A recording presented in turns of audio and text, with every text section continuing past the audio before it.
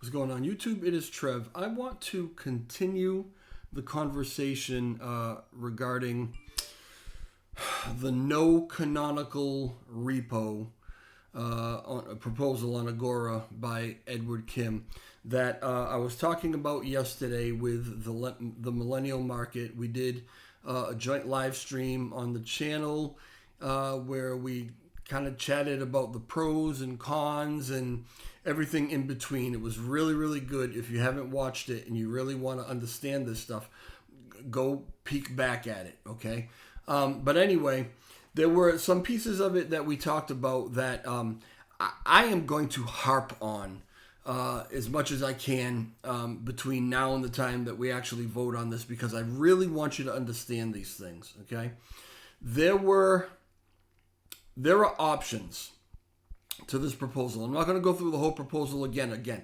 If you want to, if you haven't seen it and you don't really know what this proposal is, go back and watch that video, or better still, go to Agora and read it, right? Or actually, do both. That's what I want you to do, right? But there are options at the end of this proposal, and I want to actually take you to it. So again, this was it, the proposal for no canonical repo for Terra Classic. And you will find this on Agora. Go and check it out and read through it if you have not already done so. If you haven't heard about this, you need to know about it, okay? But at the very end, and again, I'm not going to go through the whole thing again. I just want to get to the end, all right? And there were options here, right? Like with every vote that we have that comes up for, a governance vote, right? You can vote yes, you can vote no, you can vote no with veto, you can abstain, right? But we cover here what happens if you vote yes and what happens if you vote no. And I want everyone to be crystal clear on this. But I also want you to know, you may infer from my tone or my enthusiasm while reading certain sentences that I would like you to do a certain thing or vote a certain way. Absolutely not. I want you to vote your conscience. If you disagree with me on this, and I've made my opinion clear in the video here on Agora in the comment section, if you disagree with me on it, that's absolutely fine. That's what governance is about. Governance is about voting our conscience and what we think is best, okay? But I want you to understand as much of it as you can so that when you're voting in an educated way, all right? Because this, honestly, and I love the way that Ed writes his Medium articles and his proposals, everything. But this, honestly, I wish were done a little differently, because there could be something lost in the sauce here, right? All right. By voting yes, you are communicating, and let me bring this up a little bit. You are communicating that you believe that there is no central canonical repository required for the Terra Classic blockchain, and you support the procedure of using code commit hashes as the preferred method of upgrading the blockchain. So, when this goes to, if it goes even in this in this version, right? It may even hit Terra Station in a different version. But if it goes just like this, if you vote yes on it, that means that no more canonical repository, and any development group out there can work on the chain without first having to be approved by someone else. And currently, there is a canonical repository that is in control of the Terra Rebels. So anything that our L1 task force here wants to do, a lot of it needs to be approved by them, because they have what you call the canonical repository. You have control over it, all right? So if you vote yes, that means no one should have control over it, and anybody should be able to do whatever they're going to do, submit their codes or whatever, without having to go to a centralized body for approval, okay? But you still have the validators at the end guarding the goalpost. But we have a lot of validators. So, where their agendas are and where their heads are. I mean, that's all up for discussion, right? But anyway, that's what voting yes would mean. If you vote no, essentially, all right, let me read it, right? You are communicating that you would like the canonical repository to stay as the Terra Rebels Classic repository. Or, and this is the part that I want everyone to really understand, you would prefer that we propose to change the canonical repository instead, okay? So let's be perfectly clear. This is up for vote, right? If it goes up for vote, you vote yes. Nobody has a canonical repository. It's open source, right? Open for anybody to work on it. And then obviously things need to be validated by the validators, yada, yada, right? If you vote no, Terra Rebels maintain control of the repository. It remains canonical in their control, right? But, there's a but, okay? I just spoke with Ed earlier, and this is what happens. Ed tells me, right? If this vote is a no, if this essentially fails, but I don't want to call it a fail because it's not necessarily a failure.